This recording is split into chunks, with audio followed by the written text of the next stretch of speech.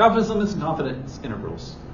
I cite on this because to kind of give you an analogy, back when I used to teach, or when I teach Chem 2, talk about freezing point depression and boiling point elevation, and it's a simple formula. It's just as like, you can report the delta T, and then some instructors require you to like take the temperature of like water. If you know the freezing point depression is like 2 degrees, the freezing point's now -2. I think it's incredibly pedantic.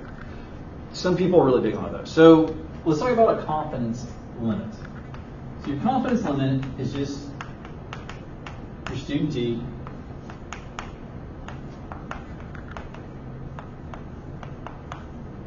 times either your standard deviation over the square root of data points, or T dot MD 2T 0.05 degrees of freedom times whatever the value is. This is going to more come off of when you start looking at calibration curves in Excel, that we need to make sure that what it reports to you is actually the number divided by the square root of it. So this is if you're taking just a straight standard deviation, then you need to take square root of it in. Otherwise, you're going to take the standard error. I forget what it's called in Excel. So that's your confidence limit, and basically it reflects where 95% of your data points come in. So that's the confidence limit. Confidence interval is whatever your measured value is plus or minus confidence limit. And this is what kind of drives me up the wall, because it's like the confidence limit is actually, when you report it, that calculation.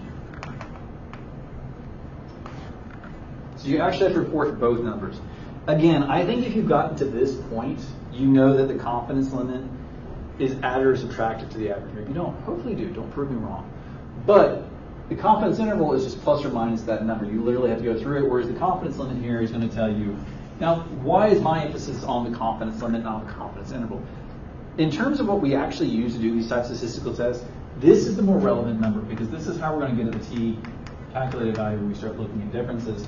This is interesting, particularly when you start ordering chemicals from companies, they'll report the confidence interval in there.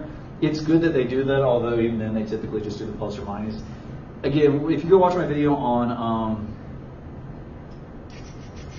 significant figures, it kind of boils back to that as like, in the absence of being able to do the tests, this is a pretty good way to do it. But the confidence limit is more what we're going to kind of be using to figure out like the actual T values and P values. So again, like for me personally, it depends on your instructor. Confidence limit, actually calculate using the T inverse. The confidence interval is the actual average plus or minus that confidence.